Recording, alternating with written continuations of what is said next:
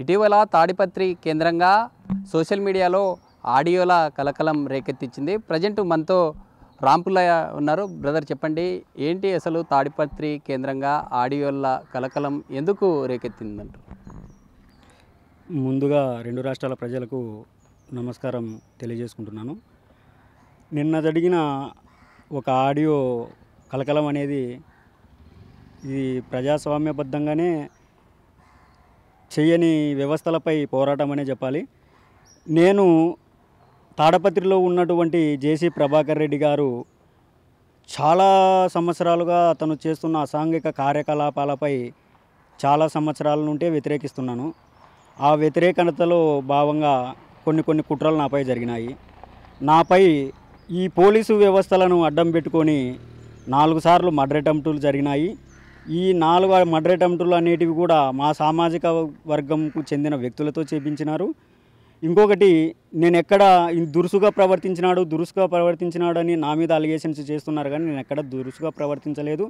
ఇక్కడ కుట్రకోణం అనేది ఈ పోలీసు వ్యవస్థ, శాసన వ్యవస్థలు ఇద్దరు కలిసి నాపై చేస్తున్న కుట్ర. ఈ కార్యనిర్వాహక వ్యవస్థలను అడ్డం పెట్టుకొని, ఎందుకంటున్నానంటే 4 ఎస్పీలపై నేను కేసు వేయడం జరిగింది. ఆల్రెడీ కోర్టు ఆర్డర్లు కూడా ఇచ్చినాయి. నోటీసులు ఇవ్వమని చెప్పి కూడా 5 సంవత్సరాల నుండి హైకోర్టులో అడుగుతున్నా కానీ నోటీసులు ఇవ్వకోకుండా కూడా పోలీసు వ్యవస్థ నిర్వీర్యం చేస్తుండడం కూడా ప్రజలు గమనించాలా. ఈ కుట్రపూరితమైన ఈ ఆడియో లీక్ నేను చేస్తున్నా అంటున్నారు, కానీ ఈ ఆడియో మాట్లాడడానికి కారణం ఎవరు అనేది కూడా ప్రజలు గ్రహించాలా. ఇందులో ముఖ్య విషయం ఏమంటే, నేను ఆడియో వైరల్ చేసినారని అంటున్నారు, బాగానే ఉంది. రాంపుల్లయ్య కొన్ని మీడియాలో ఏమంటున్నారంటే, రాంపుల్లయ్య వైరల్ కావాలని ఇట్లా ఈ ఆడియోలు పెట్టినారు అంటున్నారు. నేను వైరల్ కావాలనేది నాకు అవసరం లేదు. నేను ఒక సామాజిక కార్యకర్తగా, ఫైట్ ఫర్ కాన్స్టిట్యూషనల్ రైట్స్ వ్యవస్థాపక అధ్యక్షునిగా రాష్ట్ర వ్యాప్తంగా ప్రతి ఒక్క అధికారికి, ప్రతి ఒక్క డిపార్ట్మెంటుకు, ఒక వ్యవస్థలకు తెలిసిన వ్యక్తిని నేను. కావాలంటే ఒకసారి ప్రజలు కూడా గమనించగలరు. ఎక్కడ నేను బీఫ్ సౌండ్లు వాడలేదు. ఫస్ట్ అక్కడ ఉన్నటువంటి అధికారులు కానీ ఆ ప్రభాకర్ రెడ్డి వ్యక్తులను ఇంటి దగ్గరికి పంపించి మా అమ్మా నాయనలు అయినటువంటి ఇద్దరిని, సీనియర్ సిటిజన్ అయిన ఇద్దరిని చాలా బాధ పెట్టినారు.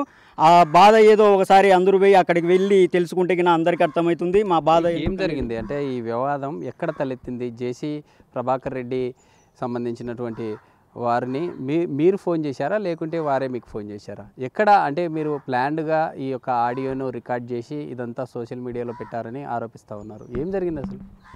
ప్లాన్డ్గా చేయడానికి మీకు యాక్చువల్గా ఆడియోలలోనే ఉంది. నేను చేసినానా, ఆయన చేసినారా, ఆయన అనుచరులకు చేసినారా అనేది కూడా అక్కడే ఉంది. ఇంకొకటి ఏంటంటే కింద పోలీసు అనే వ్యక్తికి ఒకరికి ఎందుకు చేసినామంటే, మేము ఇక్కడ ఈ శాసన వ్యవస్థలో ఉన్నటువంటి ప్రతి ఒక్కరిది కానీ కార్యనిర్వాహక వ్యవస్థల బాధ్యత కలిగిన వ్యక్తులది ఫోన్ నెంబర్లు అనేవి పబ్లిక్ డొమైన్టో నెంబర్ నువ్వు వీలైతే కానీ అయ్యా నేను ఇవ్వకూడదు అని చెప్పాలా ఒక పోలీస్ అధికారిగా, లేదంటే ఇచ్చేకి రైట్స్ లేవని చెప్పాలా. కాకపోతే ఆయన ఒక బాధ్యతారహితమైన ఒక ప్రభుత్వ ఉద్యోగిగా ఉండి ఆయన వచ్చేసి మనమైతే ప్రభుత్వ ఉద్యోగే, మనకు రాజ్యాంగం కల్పించినటువంటి IPC 14 ప్రకారం ఆయన ఒక పబ్లిక్ సర్వెంటే. మళ్ళీ ఆయన ఏమని ఫీల్ అవుతున్నారో కానీ మీ మీడియా తరఫున మీరే ప్రశ్నించాలి ఆయనను. ఆ విషయం కూడా నేను పబ్లిక్ సర్వెంట్ను కాదంటున్నారు. మళ్ళీ ఆ పోలీసు వ్యవస్థలే గ్రహించాలి. ఆయన ఎస్పీ గారు, ఆయన DGP గారు, మళ్ళీ ఇప్పుడు ఉన్నటువంటి శాసనసభ్యులు కూడా గ్రహించి ఆయనను ఇంకా ఇప్పుడు కూడా ఆ ఉద్యోగంలో పెట్టడం కూడా సిగ్గుచేటు వ్యవస్థలకు అనేది. మీరు మొదటగా ఫోన్ చేసి CIకి జేసీ సంబంధించినటువంటి ప్రభాకర్ రెడ్డి ఫోన్ నంబరు ఎందుకు అడిగారు అసలు? జేసీ ప్రభాకర్ రెడ్డి గారు అనే వ్యక్తి రాంపుల్లయ్య అనే వ్యక్తికి బెదిరించడం జరిగింది. అది పబ్లిక్ డొమైన్లో వాయిస్ కూడా షేర్ చేయడం కూడా జరిగింది. ఎందుకంటే ఆయన ఇప్పుడు ఒక ఎస్పీ పైన ఒక అలిగేషన్ ఉంది. ఎస్పీ పకీరప్ప అనే వ్యక్తి పైన ఇక్కడ కర్నూలు జిల్లాలో కానీ అనంతపురం జిల్లాలో కానీ పనిచేసిన వ్యక్తి ఈయన పైన హైకోర్టు ఆర్డర్ ఇచ్చి తాడపత్రి కోర్టులో ఈయన పైన చర్యలు తీసుకోండి అని ఆర్డర్ ఇవ్వడం జరిగింది. ఈ ఆర్డర్ ఇచ్చిన వాటిలో హైకోర్టుకు పోయి ఈయన క్వాస్కు వేయడం జరిగింది.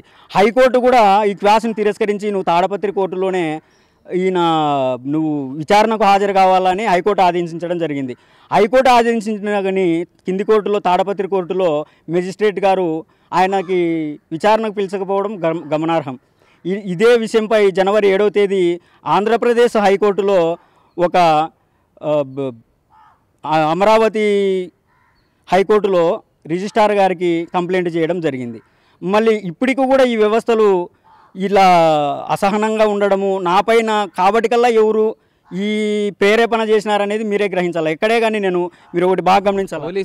పోలీస్ అధికారితో మీరు ఏం మాట్లాడారు? మీరు మాట్లాడినటువంటి ఆడియోలో మీరు దుర్బలశంగా మాట్లాడారని కూడా తెలుస్తూ ఉంది. ఆడియోలో ఒక పోలీస్ అధికారి మీద అలా మాట్లాడాల్సిన అవసరం ఏముంది? అంటే మీకు ఏదన్నా వైసీపీ సంబంధించినటువంటి నాయకులు బ్యాక్ ఎండ్ ఉండి ఈ విధంగా మాట్లాడించారా? మీరు ఒకటి గ్రహించాల్సింది ఏంటంటే, నేను ఎటువంటి పార్టీకి సంబంధించిన వ్యక్తిని కాదు, ఎవరికి బ్యాక్ సపోర్టు నాకు లేదు. నేను వైసీపీ ప్రభుత్వం ఉన్నప్పుడే అక్కడ ఉన్నటువంటి కేతిరెడ్డి పెద్దారెడ్డిని మేము ఒక అండర్స్టాండ్లో ఇట్లా పని చేస్తామని చెప్పడం జరిగింది. ఆయన చేయకపోగా ఆయనను ప్రశ్నించిన వ్యక్తిని నేను ఏ పార్టీకి సంబంధించిన వ్యక్తిని కాదని మరోసారి తెలియజేసుకుంటున్నాను. నాకు ఎటువంటి బ్యాక్ సపోర్ట్ లేదు. నేనే పేద ప్రజలకు బ్యాక్ సపోర్ట్గా ఉన్న వ్యక్తిని. నాకు ఎవరి సపోర్ట్ కూడా అవసరం లేదు, ముందు కూడా రాకూడదని కూడా కోరుకుంటున్నాను.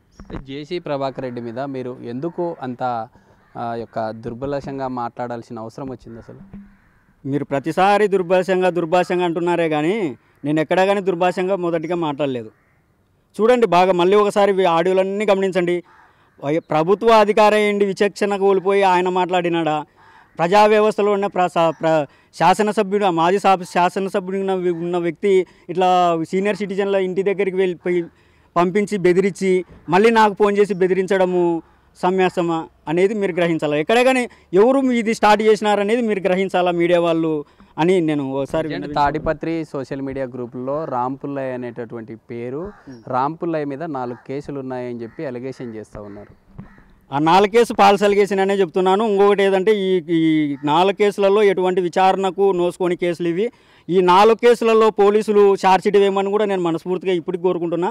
అవి ఎటువంటి నా పైన అది అధికారమైన ఆరోపణలైనా కానీ అనధికారంగా అది చల్లనివి అది అని నేను. ఆ 4 కేసుల్లో కొన్ని కోర్టులో కూడా పెండింగ్లో ఉన్నాయి. అంటే ఒకటి సారాయి కేసు కావచ్చు, లేదా మహిళల పట్ల దురుసుగా ప్రవర్తించారనేది ఒకటి, బ్యాంకులో లోన్ ఎగేశారు అంటూ కూడా ఆరోపిస్తూ ఉన్నారు. అంటే ఈ మధ్య కాలంలో బ్యాంక్ అధికారులకు కూడా మీరు ఈ యొక్క కొంత ఇబ్బందులు కలిగించేటటువంటి అంశంగా మాట్లాడినారని చెప్తా ఉన్నారు. బ్యాంకు అధికారులను ఇబ్బంది కలిగించినారంటున్నారు, మాట్లాడినామంటున్నారు. ఆ మాట్లాడిన మాటలు కూడా మీరు చెప్పాలా, ఏం మాట్లాడినారు? ఇప్పుడు మేము మాట్లాడేది మేము వాయిస్ ఆడియో పరంగా, మీరు ఎందుకు ఆడియో రిలీజ్ చేసినారంటున్నారు. మేము ఎందుకు ఏం మాట్లాడినామనేది మేము ఆడియో రిలీజ్ చేసినాం. కాకపోతే మీరు గ్రహించాల్సిందంటే వాళ్ళని ఏమైనా దురుసుగా ప్రవర్తించినాం అనేది మీరు కూడా ఏమైనా సాక్ష్యాలు ఉంటే ఇవ్వండి అని అడగండి. ఇవన్నీ ఫాల్స్ అలిగేషన్స్. ఒక వ్యక్తి ఎదుగుదలను ఓర్చుకోలేక చేస్తున్న ఫాల్స్ అలిగేషన్స్. ఇంకోటి, నేను ఆడవాళ్ళతో అసభ్యంగా ప్రవర్తించిన అంటున్నారు కదా. ఇప్పుడు ఎన్ని సంవత్సరాలు అయితే ఆ కేసు పెట్టి విచారణ వేయండి, ఛార్జ్షీట్ వేయండి. ప్రతిసారి నన్ను రాజీ చేసుకుంటావా అని పోలీసు వాళ్ళు ఎందుకు అడగాల? ఎందుకంటే అక్కడ ఇక్కడ ఎటువంటి సాక్ష్యాలు లేవు. ఆ అమ్మాయి భర్తకు విడాకులు లేకోకుండా వేరే వాళ్ళ దగ్గరికి పోయి సంసారం చేస్తున్న అమ్మాయిని పిలుచుకొచ్చి నా మీద అలిగేషన్ చేయించినారు. ఒకసారి అక్కడ కూడా పోయి ఎవరు ఏం కథ అని ఒకసారి ఎంక్వైరీ చేస్తే నా మీద ఫాల్స్ అలిగేషన్ చేసినారా లేదంటే అది నిజమైన ఆరోపణలు అనేది మీ మీడియా ద్వారా మీరు కూడా తెలియాల్సిన బాధ్యత ఉంది. అంటే ఈ మధ్యకాలంలో మీకు పోలీసు అధికారుల నుండి ఏదైనా ఫోన్స్ రావడం కానీ, అంటే ఈ జరిగినటువంటి ఘటనకు సంబంధించి ఏదైనా మాట్లాడడం జరిగిందా? యాక్చువల్గా చెప్పాలంటే నాతో పోలీసులు ఎవరు మాట్లాడరు. ఎందుకంటే నేను పోలీసులు మాట్లాడేంత తప్పులు చేయను. పోలీసులు మాట్లాడినా కానీ నాకు ఎటువంటి ఇబ్బంది లేదు. ఆల్రెడీ ఇప్పుడే చేసినారు డిఓలు, వాళ్ళు వీళ్ళు మాకు చేస్తున్నారు. ఎంత సక్రమంగా మేము మాట్లాడతాం. మీ ముందరే వచ్చినాయి మాకు ఐఆర్పీసీఎల్ అధికారులే ఫోన్ చేస్తున్నారు. మేము ఎట్లా మాట్లాడుతున్నాం, వాళ్ళు ఎట్లా మాట్లాడుతున్నారు అది మీరు గ్రహించారు కొద్ది క్షణాల క్రితం కూడా. అయినా కానీ వీళ్ళు ఫాల్స్ అలిగేషన్ చేస్తున్నారు అనేది మాకు ఎవిడెన్స్తో మా దగ్గర ఉన్నాయి. 4 ఎస్పీల మీద ఎఫ్ఐఆర్లు కట్టమని కోర్టులో విచారణ జరుగుతుంటే విచారణకు పిలిచని వ్యవస్థలు ఉంటే ఏమి, లేకపోతే ఏమనేది మా భావన ఒక సామాజిక వ్యక్తిగా. అంటే ఎందుకు ఇదంతా బ్యాంకులో ఆ లోను కట్టాలనేటటువంటి కాల్ ఎందుకు వచ్చింది? మీరు మెయిన్గా మీరు ఆరోపించింది ఏంటి? అసలు జేసీ ప్రభాకర్ రెడ్డి అమౌంట్ లోను కడితేనే మేము కడతామని చెప్పి మీరు ఏదైనా మాట్లాడారా? ఫస్ట్ మీరు ఒక విషయం తెలుసుకోవాలండి. జేసీ ప్రభాకర్ రెడ్డికి బ్యాంకుకి ఏం సంబంధం తెలుసుకోవాలా ఫస్ట్. జేసీ ప్రభాకర్ రెడ్డి లోన్ కట్టారా, వాళ్ళు కడితే మేము కడతామనేటటువంటి యాంగిల్లో మీరు మాట్లాడారని చెప్పి ఆరోపణలు వస్తూ ఉన్నాయి. మీకు చెప్తానే ఉన్నా, నాకు లేచిన వాళ్ళ నుండి పడుకునేంతవరకు ఆరోపణలే, నిరూపణలు ఒకటైనా చేయండి అని కోరుకుంటున్నాను నేను. 4 కేసులు ఉన్నాయంటున్నారు. 4 కేసులు ఉన్నా నేనే తాడిపత్రి క్రిమినల్ అని ఆ ప్రభాకర్ రెడ్డి పోలీసులు ఇద్దరు కలిసి కుట్రపూరితంగా వేయించినారు. 100 కేసులు ఉన్నాయని చెప్పి లేచినాలు ఉంటే ప్రభాకర్ రెడ్డి చెప్తున్నాడు. ఆయన ఏమవుతాడు? మీరే గ్రహించాలా, ఆయననే అడగాల. నేను ఆయనతో అసభ్యంగా మాట్లాడి అంటున్నారు. నేను ఎక్కడ మాట్లాడలే, ప్రేరేపించినది వాళ్ళు. ఇంకొకటి ఏంటంటే ఇదే ప్రభాకర్ రెడ్డి లేచినాల నుండి పడుకునేంత వరకు ఎట్లా ఏ పదజాలం వాడతాడు అనేది అందరికీ తెలుసు. ఆయనను ఎందుకు మీరు క్వశ్చన్ చేయకున్నారు అనేది నా పరంగా మీ మీడియాను నేను క్వశ్చన్ చేస్తున్నా. ఈ వరుస అధికారులు కావచ్చు, పొలిటీషియన్స్ మీద వస్తున్నటువంటి ఆడియోలు ఏవైతే ఉన్నాయో, వస్తున్నటువంటి ఆడియోల మధ్య ఆంతర్యం ఏంటి? అంటే ఎవరైనా బ్యాక్ ఎండ్గా సపోర్ట్ చేయడంతోనే మీరు ఈ విధంగా చేస్తున్నారా? మీరు బ్యాక్ ఎండ్ అని నేను ఏమంటున్నానంటే నా మొబైలే పబ్లిక్ డొమైన్లో పెడతాను. నాకు ఎప్పటి నుండి నాకు ఏ ఒక్క రాజకీయ నాయకునితో నాకు సంబంధాలు లేవు, ఎవరితో నాకు సంబంధాలు లేవు, సాన్నిహిత్యాలు లేవు అని చెప్తున్నా. నేనేమంటున్నానంటే నేను లిఖితపూర్వకంగా రాపిస్తాను, నా మొబైల్ ట్రాకింగ్ చేసుకోండి. అట్లా ఎవరన్నా ఉన్నారనుకుంటే కన్నా ఒక సాక్షి మీడియాలోనే చెప్తున్నారు దళిత నాయకుడని, మిగతా వాళ్ళందరూ వైసీపీ నాయకుడు అంటారు. మళ్ళీ ఇదే సాక్షి మళ్ళీ నేను వైసీపీ నాయకుడు అయితే ఎందుకు మళ్ళీ దళిత నాయకుడు అంటున్నారు?